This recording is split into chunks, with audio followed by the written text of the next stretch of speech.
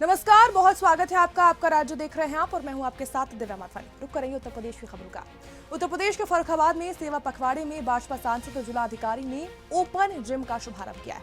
भाजपा सांसद मुकेश राजपूत और साथ ही जिलाधिकारी आशुतोष कुमार द्विवेदी ने जिला ग्राम विकास अभिकरण में ओपन जिम का शुभारंभ किया। सांसद मुकेश राजपूत ने बताया है कि सांसद निधि से 4 विधानसभा में 75 ओपन जिम लगवाए जाएंगे।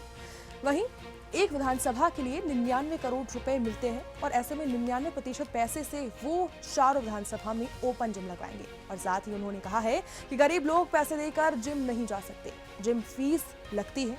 ओपन जिम में गरीब परिवार के लोग भी जिम जा सकेंगे। हर जनपद, हर विधानसभा में, एक विधानसभा में हम लोगों को 1 करोड़ रुपए लगभग मिलता है। तो इसमें हमने 99% ओपन जिम के लिए पैसा दिया है और छोटा मोटा कोई किसी विद्यालय के लिए अन्य कहीं देना पड़ा है। तो मुझे लगता है कि करीब 75 पूरे जनपद में लगभग 75 ओपन जिम लगेंगी। ओपन जिम लगाने का क्या उद्देश्य रहा आपका? ये ओपन जिम का उद्देश्य यही है कि हमारे देश में माननीय प्रधानमंत्री का विजन है खेलो इंडिया। तो हमारे यहाँ बड़े बुजुर्ग हैं, नौजवान हैं, बच्चे हैं, कैसे स्वस्थ रहें। अब वो जो पैसा वाले लोग हैं वो जिम में चले जाते हैं, लेकिन गरीब लोग हैं, गरीबों के बच्चे हैं, गरीब बड़े बुजुर्ग हैं, वो जिम में नहीं जा सकते। जिम में एक फीस लगती है।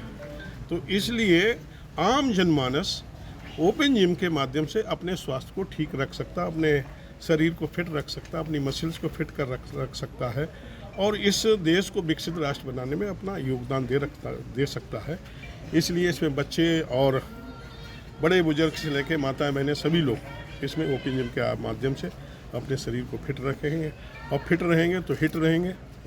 फिट इंडिया का विजन भी माननीय प्रधानमंत्री का चल रहा है। इसी माननीय प्रधानमंत्री जी के 75वें जन्मदिन के अवसर पर हम लोगों ने आज ओपन जिम का उद्घाटन किया डीएम साहब के। यूपी के वाराणसी में उत्तर प्रदेश के डिप्टी सीएम ब्रजेश पाठक ने रेड क्रॉस कार्यक्रम में शिरकत ली। बता दें कि उन्होंने बाढ़ प्रभावित पीड़ितों को राहत सामग्री वितरित की और मंच से विपक्ष पर भी निशाना साधा। ब्रजेश पाठक ने कहा कि सपा और साथ ही इंडी गठबंधन सत्ता से बाहर होने के डर से बौखला गए। उन्होंने विपक्ष पर झूठ फैलाने और साथ ही वोट चोरी के आरोप लगाने का भी आरोप लगाया। कार्यक्रम में बड़ी संख्या में लोग शामिल हुए हैं और राहत वितरण के लिए सरकार का आधार भी उन्होंने आभार जताया। डिप्टी सीएम ने भरोसा दिलाया है कि सरकार जनता के साथ खड़ी है और हर जरूरत को प्राथमिकता दी जा रही है। देखिए, कांग्रेस पार्टी के नेता हो हमेशा तुष्टीकरण की राजनीति के तहत केवल कुछ लोगों को खुश करने के लिए करते हैं, जबकि माननीय प्रधानमंत्री नरेंद्र मोदी जी देश की गरीब जनता के, मध्यम वर्गीय जनता के दिलों पर राज कर रहे हैं और सब लोगों को मानना है मोदी जी उनके अभिभावक हैं जिन्होंने देश को, प्रदेश को आगे बढ़ाने का काम किया है। देखिए, आप जानते हैं कि राहुल गांधी जी, कांग्रेस पार्टी, इंडी गठबंधन के लोग सत्ता खिसक जाने की वजह से फ्रस्ट्रेशन में है। जितने लोग भी इस प्रकार का आरोप लगा रहे हैं, सबको सत्ता विरासत में मिली है, जबकि आदरणीय प्रधानमंत्री नरेंद्र मोदी जी की अगुवाई में भारतीय जनता पार्टी सबका साथ, सबका विकास, सबके विश्वास के आधार पर जन जन को जोड़ करके दुनिया की सबसे बड़ी पार्टी बनी है। और माननीय मोदी जी ने 14 के बाद से, उत्तर प्रदेश में 17 के बाद से आमूल चूल परिवर्तन हो रहा है। भारत विकसित राष्ट्र के रूप में तेजी के साथ आगे बढ़ रहा है।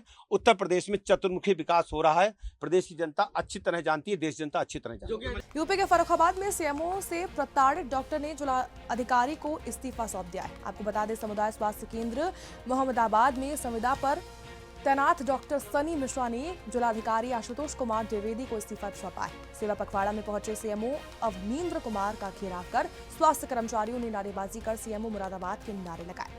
ऐसे में डॉक्टर ने सनी मिश्रा का कहना है कि सीएमओ ने उनके साथ गाली गलौज की है और उनके साथ अभद्रता भी की गई, इसी वजह से वो इस्तीफा दे रहे हैं। जिलाधिकारी बोले हैं कि डॉक्टरों की कमी के चलते इस्तीफा स्वीकार नहीं किया गया। जिलाधिकारी ने कहा है कि 3 सदस्यीय टीम बनी है और पूरे मामले की जांच कराई जाएगी। वहीं डीएम ने कहा है कि निष्पक्ष चुनाव भी कराए जाएंगे और किसी के साथ अन्याय नहीं होगा। डॉक्टर को ड्यूटी करने के भी निर्देश साथ ही दिए गए। भारी जनता के बीच में वहाँ आप मेरी कार्यशैली के बारे में पता कर सकते हैं।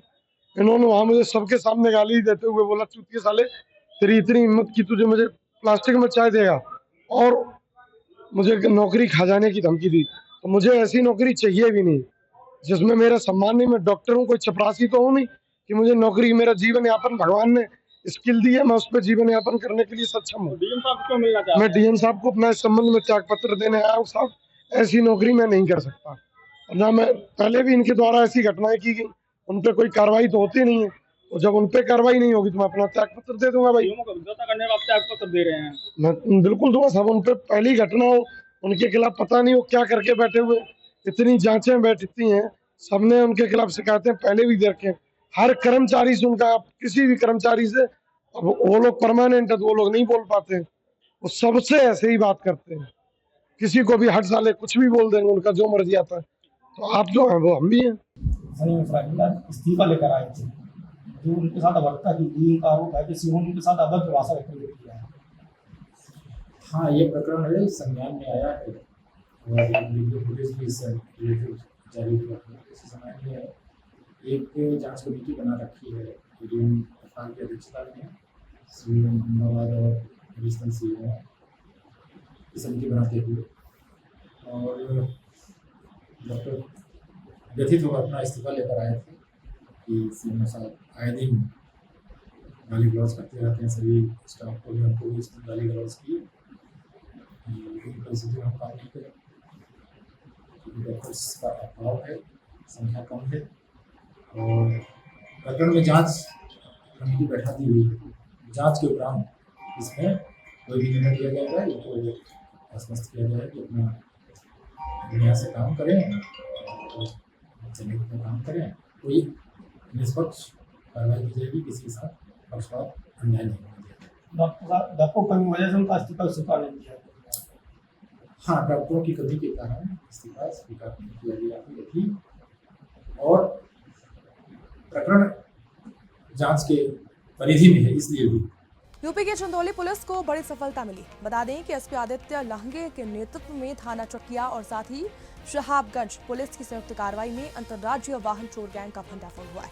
पुलिस ने 4 चोरों को गिरफ्तार किया है और चंदौली और राजस्थान से चोरी की 10 बाइक भी साथ में बरामद की गई। इनमें 7 बाइक चालू हालत में है, वहीं जबकि बाकी खुली या फिर अर्ध खुली है। बता दें, जांच में ये भी पता चला है कि आरोपी चोरी के बाइक के पार्ट्स एक दुकान में बेचते थे। पुलिस अब गिरोह से जुड़ी अन्य सदस्यों की तलाशी भी कर रही है। वहीं एसपी ने कहा है कि जिले में संगठित अपराध के खिलाफ अभियान जारी रहेगा। एसपी सर के निर्देशन पे लगातार बैरियर चेकिंग प्रचलित चल रहा है पूरे जनपद में। इसमें से कल रात में गौ तस्करों के वाहन के देखते हुए चेकिंग कर रहा था। जॉइंट टीम बनाए थे शहाबगंज एवं चकिया थाने के। उस पर ये आया था कि 2 संदिग्ध वाहन आ रहे थे। उसमें रुके चेकिंग के दौरान ये पता चला कि ये चोरी किए हुए मोटरसाइकिल है। आगे पूछताछ एवं बरामदगी के बाद कुल 10 मोटरसाइकिल और मोटरसाइकिल की पार्ट्स की रिकवरी हुई है, जिसमें से टोटल 4 अभियुक्त गिरफ्तार है। एक मौके से फरार हो चुका है, जिस पर लगातार तलाश एवं दबिश दिया जा रहा है।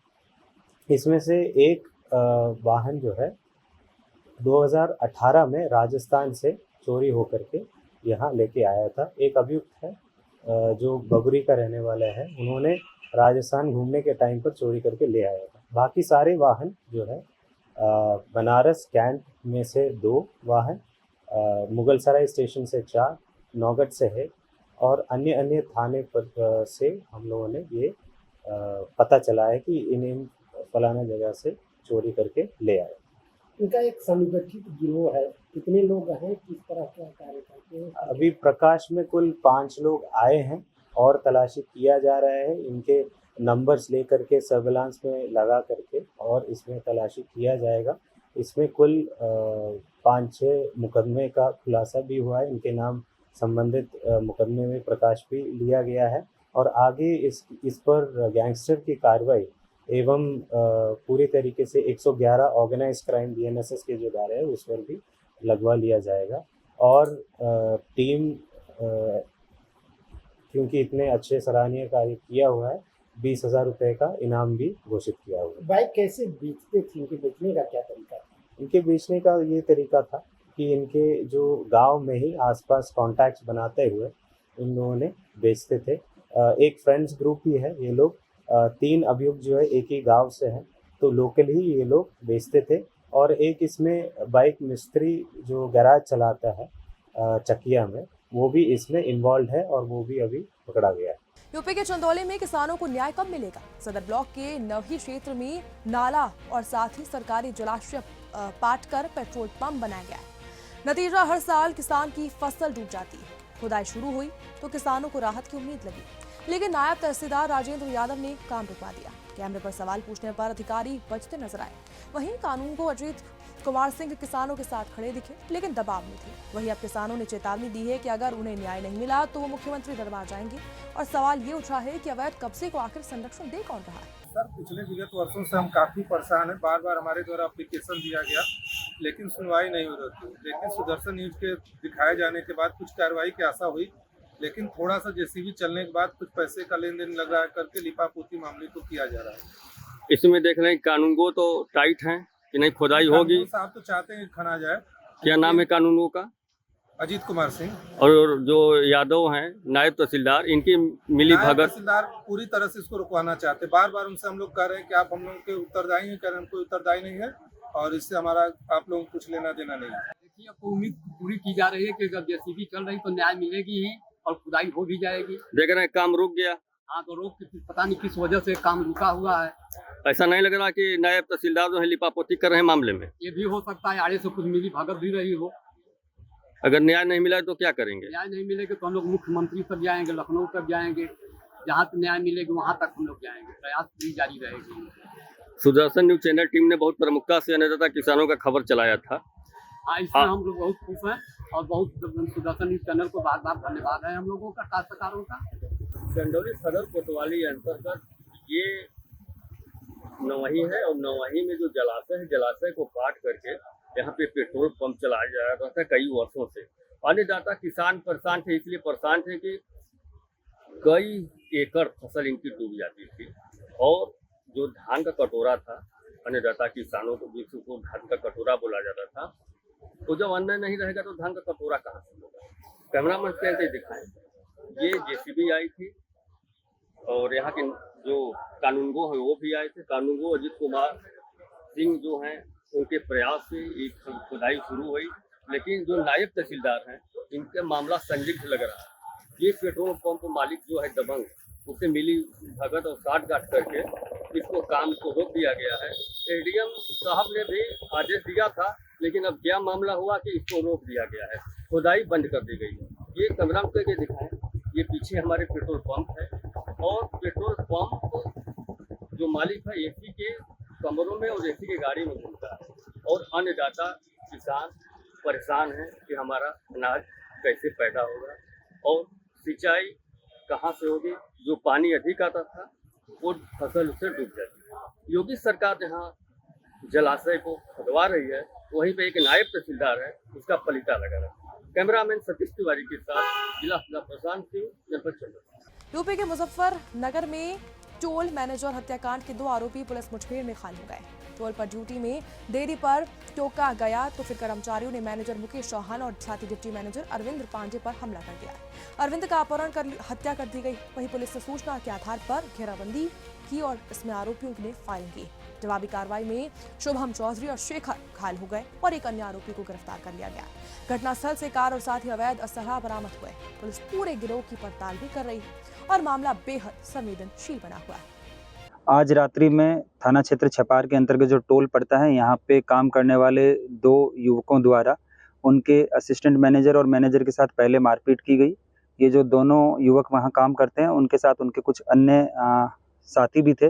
फिर इसके उपरांत जो असिस्टेंट मैनेजर है अरविंद पांडे, इसको इनके साथ अपनी गाड़ी में डाल के यहाँ से किडनैप करके ले जाया गया और मारपीट करते हुए रास्ते में लेके गए। और बाद में आज जो है इसके संबंध में थाना छपार पर जो वादी मुकदमा है, टोल पे जो मैनेजर है, इनके द्वारा तहरीर देकर बताया गया कि इनके द्वारा जो 2 नामजद थे और बाकी अज्ञात व्यक्तियों द्वारा इनके साथ मारपीट की गई है और इनके साथी को ले जाया गया है। इस सूचना पर थाना छपार में किडनैपिंग और मारपीट की धाराओं में मुकदमा पंजीकृत किया गया था और श्रीमान वरिष्ठ पुलिस अधीक्षक महोदय के नेतृत्व में टीमों का गठन करते हुए इसमें धरपकड़ की कार्रवाई की गई थी। इसी क्रम में आज शाम को छपार थाना पुलिस को ये थाना क्षेत्र जाने से जानकारी हुई कि एक व्यक्ति की यहाँ डेड बॉडी मिली है। जब उसको कंफर्म किया गया तो ये पता चला कि ये जो असिस्टेंट मैनेजर है इन्हीं की ये डेड बॉडी है और इसके क्रम में आज पुलिस को यहाँ पे अभी थोड़ी देर पहले इनपुट मिला था कि इस घटना में जो संलिप्त अभियुक्त है ये यहाँ से भागने की फिराक में है। पुलिस द्वारा इनको इंटरसेप्ट किया गया। जब इंटरसेप्ट करने पे इनके द्वारा पुलिस पार्टी पर ताबड़तोड़ फायरिंग की गई है और उस जवाबी कार्रवाई में पुलिस द्वारा त्वरित कार्यवाही करते हुए मौके से 3 अभियुक्तों को गिरफ्तार किया गया है। प्रारंभिक पूछताछ में इन तीनों ने बताया है कि ये घटना में संलिप्त थे। इसमें से जो 2 अभियुक्त हैं इनके पैर में गोली लगी है। एक अभियुक्त के दोनों पैर में गोली लगी है, दूसरा अभियुक्त जो इसके एक पैर में गोली लगी है। इन दोनों अभियुक्तों में से एक अभियुक्त का नाम शुभम चौधरी है। ये थाना क्षेत्र छपार भोरा कला का रहने वाला है। इसके अलावा जो दूसरा अभियुक्त है ये बुलंदशहर गुलावटी का रहने वाला है, शेखर इसका नाम है। तीसरा अभियुक्त जो है ये भी इनके साथ गिरफ्तार किया गया है। इन तीनों अभियुक्तों को जो है वो अभी हिरासत में लेते हुए इनसे पूछताछ की जा रही है। बाकी इसमें जो अन्य अभियुक्तगण जो फरार है उनके संबंध में भी लगातार टीम्स दबिश दे रही है और शीघ्र ही उनकी भी गिरफ्तारी सुनिश्चित की जाएगी। कितना आपराधिक इतिहास है इनका? इसमें अभी बहुत प्रारंभिक तौर पर इनका सर्च किया गया है। इसमें से जानकारी की जा रही है, लेकिन ये आवारागर्दी और इस तरह की चीज़ों में ये पहले भी इन्वॉल्व रहे हैं, मारपीट इत्यादि के मामलों में पहले इन्वॉल्व रहे हैं।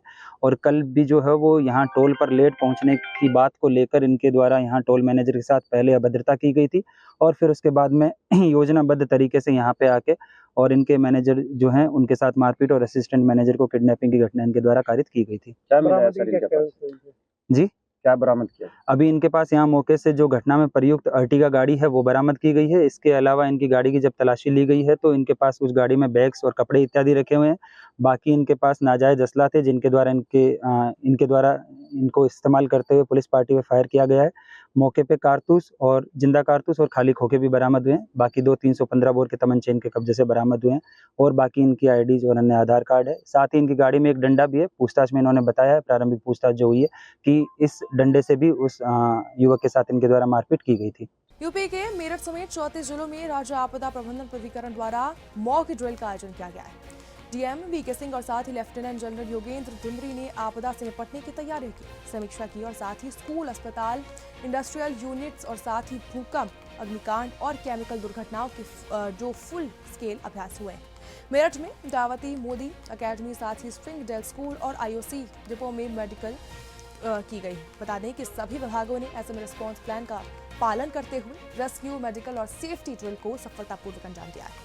मॉक ड्रिल का उद्देश्य आपदा के समय त्वरित और समन्वित प्रतिक्रिया सुनिश्चित करना रहा। मोदी एकेडमी में डिस्ट्रिक्ट लेवल का मॉक ड्रिल जो अर्थक्वेक के संबंध में था ये आयोजित किया गया और आपने देखा कि यूपी एसडीएम में जो आपदा प्रबंधन प्राधिकरण है उनके vice chairman lieutenant general Dimri sir स्वयं उपस्थित थे और सिविल डिफेंस की team, Bharat scout and guide की टीम, आपदा मित्र, स्कूल के बच्चे, हमारे मेडिकल डिपार्टमेंट और राजस्व विभाग, सारे अधिकारी और ये जो हमारे जिला आपदा प्रबंधन अधिकारी है सब लोग यहाँ उपस्थित थे। और अर्थक्वेक आने पर किस तरह से मिनिमम रिस्पांस टाइम में आपको बिहेव करना है, रिस्पांस करना है, इसके बारे में बताया गया ताकि लोगों का अवेयरनेस लेवल बढ़ सके। और दूसरी बात कि किस तरह से उनको बेटर ट्रीटमेंट जो है कम टाइम में दिया जा सके। आपने देखा कि यहाँ पे जो अस्थायी हॉस्पिटल बनाया गया है, क्योंकि हॉस्पिटल की बिल्डिंग ध्वस्त हो चुकी है, इसके लिए अस्थायी तौर पे एक हॉस्पिटल यहाँ पे बनाया गया तत्कालिक फौरी तौर पे, ताकि जो इलाज है उनको समुचित इलाज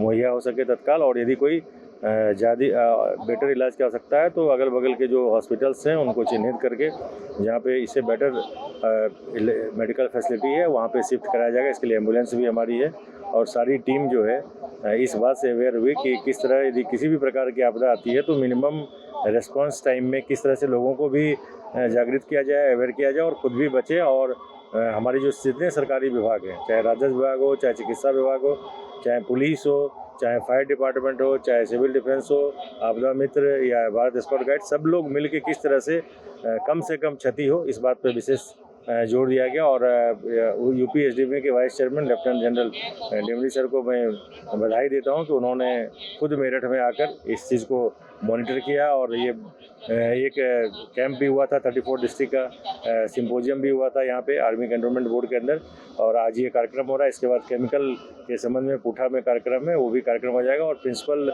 दावती मोदी एकेडमी और उनके टीचर्स के द्वारा और उनके स्टूडेंट के द्वारा इस कार्यक्रम में सहयोग किया गया। इसके लिए मैं द्रौपदी मोदी एकेडमी के स्टाफ मेंबर्स और प्रिंसिपल को भी बधाई देता हूँ, और सारे अधिकारी कर्मचारी जिन्होंने भी पार्टिसिपेट किया उन सबको मेरी ओर से बहुत बहुत बधाई। Thank you very much. UP के मथुरा में दीनदयाल धाम में मुख्यमंत्री योगी आदित्यनाथ के आने पर एक सरफिरे युवक द्वारा वीडियो वायरल किया गया है, जिसमें मुख्यमंत्री को गोली मारकर हत्या करने का वीडियो वायरल होने से पुलिस विभाग में हड़कंप मच गया है।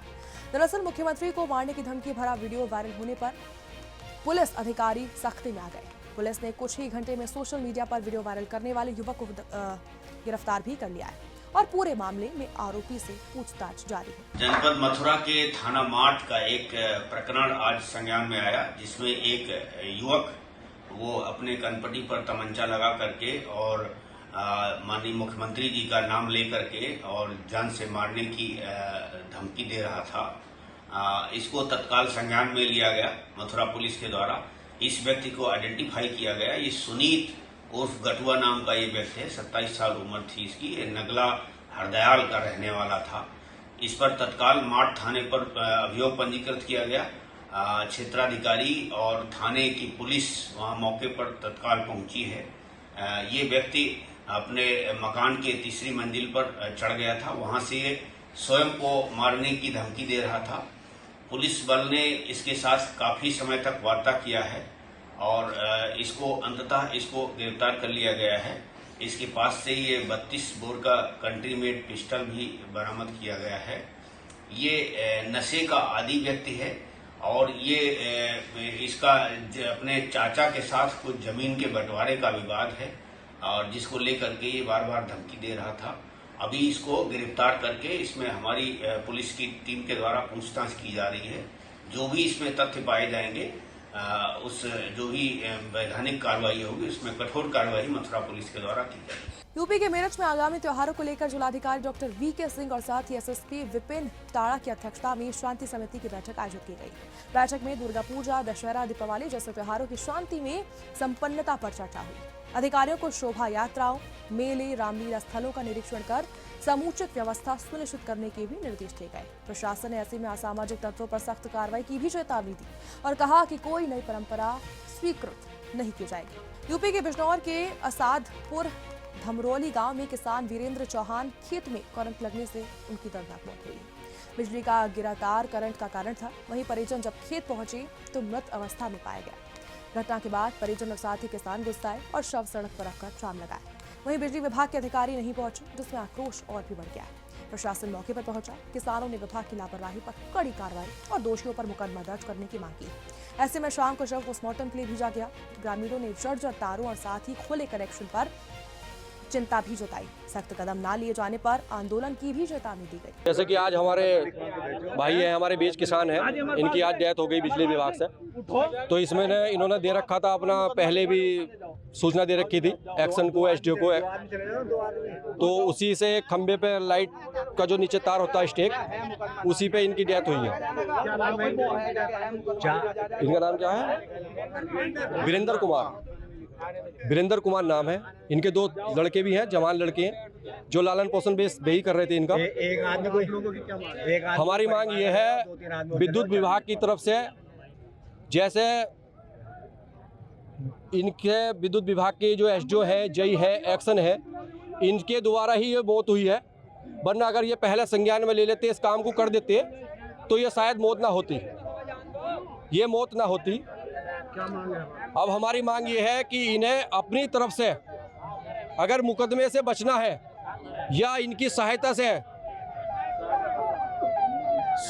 बचने के लिए इन्हें अपनी तरफ से धनराशि या जो भी अपने से योगदान करेंगे ज़्यादा से ज़्यादा, ये हमारा वो है।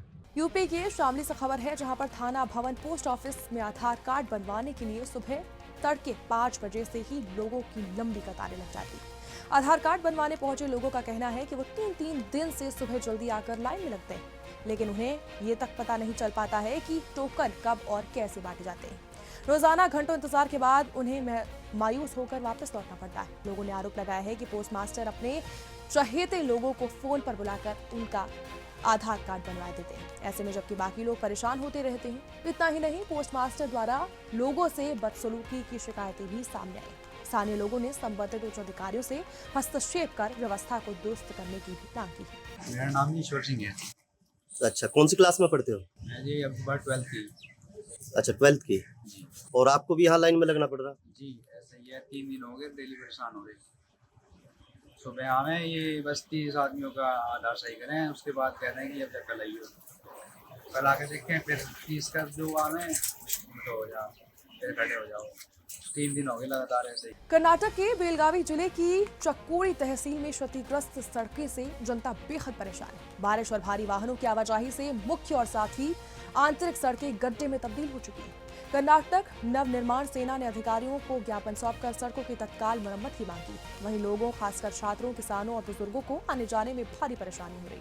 दुर्घटनाओं का खतरा भी बढ़ चुका है। संगठन ने चेतावनी दी है कि अगर मरम्मत जल्द नहीं हुई तो उग्र आंदोलन होगा। वहीं प्रशासन ने जवाबदेही तय करने की मांग लगातार की जा रही है। राजस्थान के चित्तौड़गढ़ में कपासन विधायक अर्जुन लाल जी नगर पर गंभीर आरोप लगे। सोशल मीडिया पर वीडियो पोस्ट कर वादा खिलाफी की याद दिलाने पर एक युवक सूरज माली पर हमला किया गया। नकाबपोश बदमाशों ने उसके 2 पैर तोड़ दिए और ऐसे में पीड़ित ने विधायक के खिलाफ केस दर्ज कराया और आरोप लगाया है कि वीडियो के बाद विधायक ने धमकी दी थी। मामला गर्मा गया है। कांग्रेस और माली समाज ने अलग अलग ज्ञापन भी दिए। वहीं पुलिस जांच कर रही है। अब तक कोई गिरफ्तारी नहीं हुई। घटना ने चित्तौड़गढ़ की राजनीति में भूचाल ला दिया है। साथ में जो व्यक्ति थे उनके साथ उसको रात को ड्यूटी से आते हुए उसके साथ मारपीट की। मारपीट इस तरह से की उसका पांव तक तोड़ दिया। अब स्थिति ये हो गई कि उसको अहमदाबाद जयपुर या उदयपुर से अहमदाबाद रेफर कर दिया है।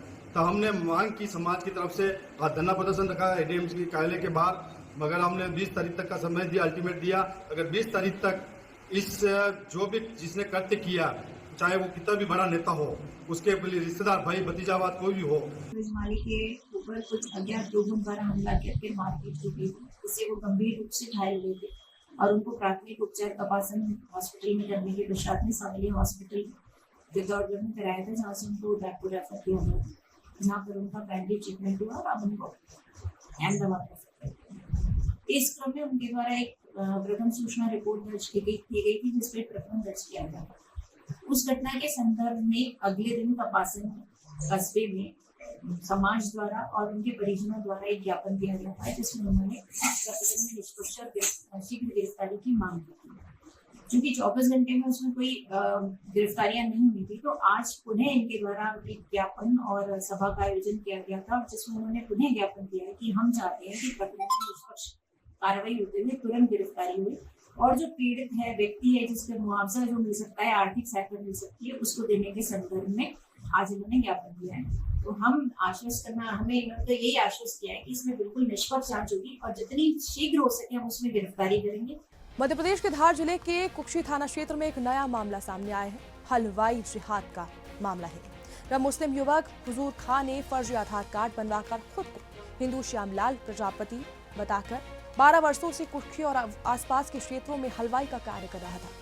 आरोपी मंदिर और साथ ही धार्मिक आयोजनों में प्रसाद बनवाने का काम करता था और ऐसे में सूचना पर पुलिस ने उसे गिरफ्तार किया है और पूछताछ में फर्जी दस्तावेजों का खुलासा हुआ है।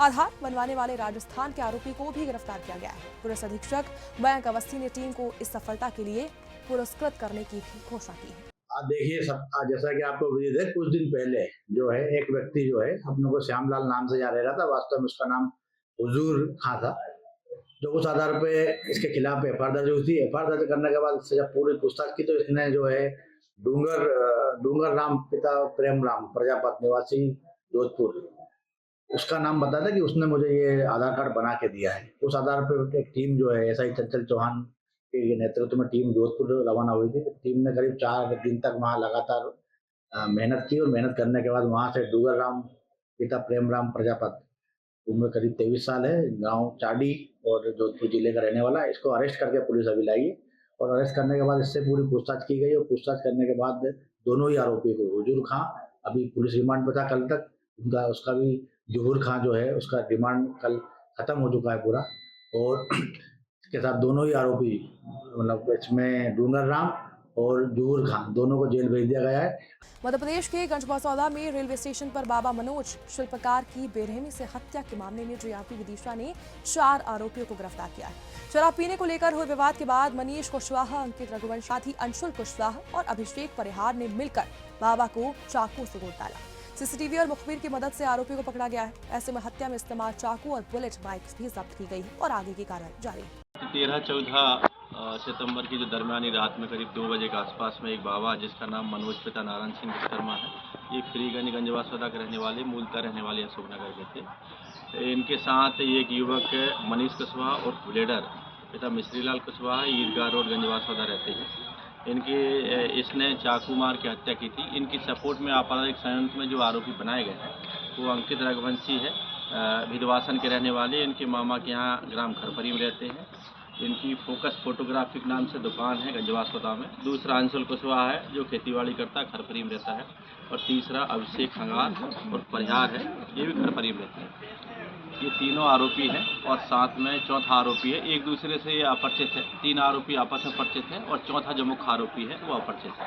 ये तीनों द्वारा शराब पीने की बात को लेकर रात में बाबा के साथ में मारपीट कर हत्या की गई है। ब्लेडर ने चाकू मारे हैं और 3 शेष आरोपियों ने ब्लेडर को उकसाया है मारने के लिए। आसपास सपोर्टिंग के लिए खड़े हो गए हैं और लगातार 25 से 30 बार मनीष कुशवाहा और ब्लेडर ने बाबा जो मनोज विश्वकर्मा उनके ऊपर चाकू से वार करके और हत्या की। सर गाड़ी जब्त की है, गाड़ी किसकी है? ये अंकित रघुवंशी है, करीब 1-1.5 महीने पहले इनने गाड़ी उठाया है। इस गाड़ी से ये तीनों गंजवासौदा से खरपरी गए, खरपरी से फिर शराब पीने और खाना न खाने ढाबे पे यहाँ आए थे। करीब 11:30 बजे के आसपास गंजवासौदा आ गए हैं। उसके बाद इधर उधर घूमते रहे और 2 बजे के आसपास ये स्टेशन के जो सर्कुलेटिंग एरिया के आसपास में वहीं की शराब दुकान से 2 बोतल शराब लेकर पी रहे थे। उसी दौरान इनकी आपस में कहासुनी हुई और उसके बाद फिर ये बाबा। फिलहाल आपका राज्य में बस इतना ही। देश दुनिया की तमाम खबरों के लिए देखते रहिए सुदर्शन न्यूज। जय हिंद।